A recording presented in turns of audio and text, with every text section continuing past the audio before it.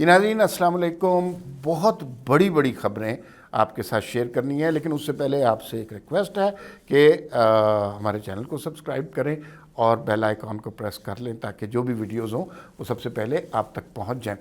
اچھا، 4 بہت امپورٹنٹ خبریں ہیں، کچھ اس میں تجزیہ بھی ہے، خبریں بھی ہیں، لیکن اس وقت سپریم کورٹ سے جو فیصلہ آ گیا ہے اور وہ 5-0 سے فیصلہ آیا ہے، نظر ثانی اپیل 63A کے حوالے سے لگی ہوئی تھی، وہ فیصلہ آ گیا اور 5 ججز نے کہہ دیا کہ بھئی یہ ٹھیک ہے. تو پھر آگے کیا ہونے والا ہے یہ آپ کو بتائیں گے. دوسری بات یہ ہے کہ فیصل واڈا اچانک نظر عام پہ آ گئے. انہوں نے پریس کانفرنس کی. پریس کانفرنس میں کس کس کے لیے کیا انتباہ تھا اور کس کی زبان وہ بول رہے تھے، یہ بھی ہم بات کریں گے. تیسری خبر جو ہے، اکانومی میں اچانک بہت بہتری ہو گئی ہے، معیشت تیزی سے آگے جانے لگ گئی ہے، تو یہ کیسے ہو گیا. اور آخری خبر، کل اسلام آباد میں تحریک انصاف کا احتجاج ہے، تو اسلام آباد میں کیا اسکولوں میں چھٹی ہو رہی ہے، لڑائی مار کٹائی سے پولیس نے نمٹنے کے لیے کیا انتظامات کیے ہیں، کیا رستے بلاک ہو رہے ہیں، کیا دور دراز سے رہنے والے اپنے دفاتر میں پہنچ سکیں گے یا نہیں پہنچ سکیں گے، اسلام آباد میں جنگ کا سماں ہوگا یا امن کی چڑیا چہچہا رہی ہوگی، اس پر ہم بات کریں گے. سب سے پہلے سپریم کورٹ کا فیصلہ، بہت ہی بڑا فیصلہ، بہت ہی تاریخی فیصلہ. وہ جو غلطی بندیال صاحب کی کورٹ نے 2022 میں کی تھی اور جس کے ذریعے حمزہ شہباز شریف کی حکومت ختم کی گئی تھی، جس میں آئین کو ری رائٹ کیا گیا تھا، جس میں یہ کہا گیا تھا کہ اگر کوئی شخص کسی اپنی پارٹی سے مخالف کسی کو ووٹ ڈالتا ہے تو وہ شخص بھی ڈسکوالیفائی ہوگا اور ووٹ بھی کاؤنٹ نہیں ہوگا. لیکن اب سپریم کورٹ نے یہ آئین کو ری رائٹ کرنے کے مترادف تھی. انہوں نے کہا کہ پہلے جرم تو کر لیں دے، پہلے ہی سزا کیسے دے سکتے ہیں. تو اگر وہ ووٹ ڈالے گا تو اس کا ووٹ کاؤنٹ ہوگا، اب کی جو سٹیٹمنٹ ہے، اور وہ نااہل ضرور ہو جائے گا. اس کا مطلب یہ ہے کہ حکومت کے پاس نمبر پورے ہو جائیں گے. اچھا، آج جو گفتگو ہوئی بیرسٹر علی ظفر نے جو چیف جسٹس کے ساتھ گفتگو کی، انہوں نے کہا جی کہ عمران خان خود خطاب کرنا چاہتے ہیں. تو چیف جسٹس نے کہا کہ علی ظفر صاحب، آپ سیانے بیانے آدمی ہیں، پڑھے لکھے آدمی ہیں، یہ آئینی معاملہ ہے، اس میں عمران خان کا ڈائریکٹ کوئی تعلق نہیں ہے. اور انہوں نے کہا جی آپ ویڈیو لنک پہ انہیں لے لیں. تو انہوں نے کہا جی یہ نہیں ہو سکتا. کیوں لانا چاہتے تھے خان صاحب؟ خان صاحب نے آنا تھا ویڈیو لنک پہ گالم گلوچ کی بھرمار کر دینی تھی اور سارے پی ٹی آئی والوں کو ایک کمک مل جانی چاہیے. دوسرا، ایک علی ظفر نے بڑا ناسٹی کامنٹ کیا اور انہوں نے کہا کہ چیف جسٹس کو کہ سر اس سے ہارس ٹریڈنگ کا رستہ کھل جائے گا. اچھا، باقی ججز اور چیف جسٹس جو ہیں اس پہ سخت نالاں ہوئے کہ یہ کیا بات کر رہے ہیں، ہم ہارس ٹریڈنگ کا رستہ کھول دیں گے. اور انہوں نے کہا کہ آپ نے یہ اتنا برا کامنٹ کیا ہے کہ اس پہ آپ پہ توہین عدالت بھی لگ سکتی ہے.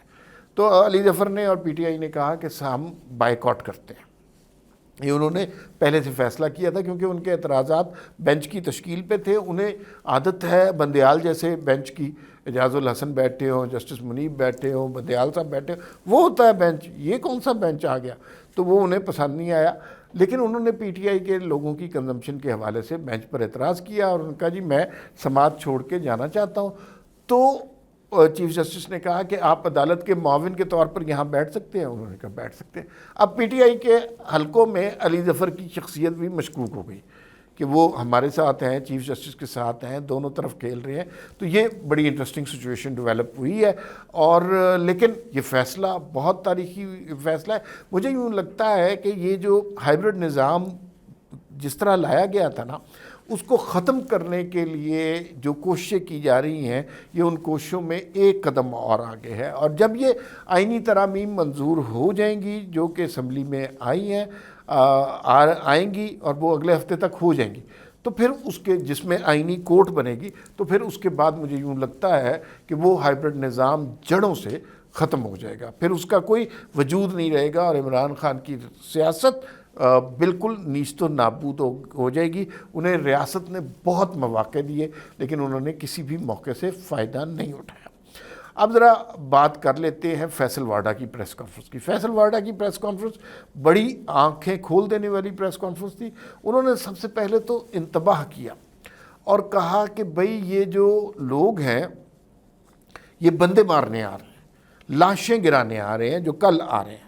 انہوں نے اکانومی کی صورتحال کی بہتری کی بات کی، اور باقی علی امین گنڈا پور پہ بھی تنقید کی، کہا کہ یہ بدماش ہے اور بغیرت جیسے لفظ بھی استعمال کیے، لیکن جو اصل انہوں نے میسیج دیا کہ لاشیں گریں گی اور یہ جان پوچھ کے لاشیں گروائیں گے، جو ان کی بات جو قابل غور ہے۔ انہوں نے کہا دیکھیں کہ ہوتا کہ یہ نہیں ہے کہ حکومت لوگوں کو گولیاں مار دے گی، یہ بھی نہیں ہے کہ تحریک انصاف والے اپنے ورکرز کو گولیاں مار دیں گے، لیکن ہوگا کیا کہ اس صورتحال سے کوئی دشمن فائدہ اٹھا سکتا ہے، کوئی ایسا ملک، کوئی ایسی آرگنائزیشن جو پاکستان میں فساد چاہتی ہے، وہ اس سے فائدہ اٹھا سکتے ہیں، اور وہ اگر گولی چلا دیں، موب کے اندر کیا پتہ چلتا ہے کس نے گولی چلائی ہے، یہاں پہ لاشوں کے ڈھیر لگے ہوں تو پھر کیا سچویشن ہوگی۔ تو پلیز میری ذاتی طور پہ بھی لوگوں سے یہی درخواست ہے، خدا کے لیے اپنے بچوں کو محتاط رہنے کا کہیں۔ عمران خان نے کبھی کسی کو پوچھا نہیں، وہ کبھی کسی کے جنازے تک میں نہیں گیا، اس نے کبھی کسی کی ڈیتھ پر افسوس نہیں کیا، تو وہ ایک مخبوط الحواس شخص ہے۔ اس کے کہنے پہ اپنے بچوں کی زندگیوں کو خطرے میں مت ڈالیں۔ والدین کی ذمہ داری بنتی ہے کہ وہ بچوں کو روکیں، کیونکہ جو فیصل وارڈہ باتیں بتا کے گئے ہیں اس سے صورتحال بہت زیادہ خطرناک لگتی ہے۔ اس سے لگتا ہے کہ کوئی شر پسندی کی کوشش کی جا رہی ہے، اور تحریک انصاف جو ہے نا وہ مار کٹائی کی کوشش کرے گی۔ تو اس سے بچنے کے لیے آپ اپنے بچوں کو محتاط رہنے کا کہیں۔ اکانومی کی صورتحال پر میں نے کہا تھا کہ آپ سے بات ہوگی۔ اکانومی کی صورتحال بہتر ہو رہی ہے، مہنگائی کی شرح کم ہو رہی ہے، پیٹرول کی قیمت کم ہو رہی ہے، ڈالر سٹیبلائز ہو رہا ہے، ایف سی بہت اچھا کام کر رہی ہے، اور اس کے ساتھ ساتھ سٹاک مارکیٹ تاریخ کے سب سے بلند مقام پر چلے گی، بزنس ایکٹیویٹی بڑھ رہی ہے، بجلی کے بل کم ہو رہے ہیں۔ اچھا، لوڈ شیڈنگ نہیں ہو رہی۔ بھائی پاکستان میں یہ کتنے عرصے کے بعد ہوا ہے؟ وہ ڈان میں ایک آرٹیکل آیا ہے، اس نے کہا ہے 2019 کے بعد پاکستان اس سٹیج پر پہنچا ہے کہ ذرا چیزیں بہتر ہونا شروع ہوئی ہیں، اور ابھی شہباز شریف کو زیادہ عرصہ نہیں ہوا۔ میں یہ سمجھتا ہوں کہ اس کامیابی کے پیچھے ایک نقطہ ہے۔ اس وقت ایک پیج ہے اکانومی کی سٹیبلٹی کے حوالے سے پولیٹیکل حکومت کا اور اسٹیبلشمنٹ کا، مل کر کام کر رہے ہیں، اور مل کر کام کرنا ضروری ہے۔ یہ ملک ہے نا، ہم سب، ان کا بھی ملک ہے، ہمارا بھی ملک ہے۔ ہم اپنے اپنے کھانے بنا دیں کہ وہ ادھر نہیں آ سکتے، وہ ہم ادھر نہیں جا سکتے، تو یہ غلط بات ہوگی۔ تو اگر وہ اکانومی کو بہتر کر رہے ہیں اور حکومت کو ہیلپ کر رہے ہیں، تو ایسا ہی ایف سی کا پلیٹ فارم کام کر رہا ہے، تو اس سے بہتر کیا بات ہے؟ پاکستان کے لوگوں کو ترقی چاہیے، روزگار چاہیے، چیزیں بہتر چاہیے، تو پھر بہت ہی اچھا ہو جائے گا کہ اگر ہم اس سلسلے کو چلنے دیں، کوئی اس میں مداخلت نہ کریں۔ شہباز شریف کی اس طرز سیاست سے یا بیانیے والی سیاست سے آپ اختلاف ضرور کر سکتے ہیں، لیکن اس میں کریڈٹ شہباز شریف صاحب کو بھی جاتا ہے کہ جنہوں نے بہت اچھے طریقے سے اس ڈیفیکلٹ سچویشن کو سنبھالا۔ پہلا سال لوگوں نے گالیاں دی ہیں مہنگائی پر، لیکن وہ تسلی سے اپنا کام کرتے رہے، اور اب چیزیں بہتر ہونا شروع ہو گئی ہیں، اور آنے والے سالوں میں اس کے ثمرات اس سے بھی بہتر ہوں گے۔ آخری بات کہ کل اسلام آباد میں کیا ہونے جا رہا ہے۔ اسلام آباد میں صورتحال لگتا ہے خطرناک ہوگی، کیونکہ داخلی راستے بند کر دیے جائیں گے، آج رات سے ہی بند کر دیے جائیں گے، اور یہ جو ہے اسکولوں میں چھٹیوں کا بھی سن رہے ہیں، ابھی کوئی اعلان نہیں ہوا، کنٹینر لگ گئے ہیں۔ اور اس کی وجہ پتہ ہے کیا ہے؟ حکومت کے اتنے خوف کی وجہ کیا ہے؟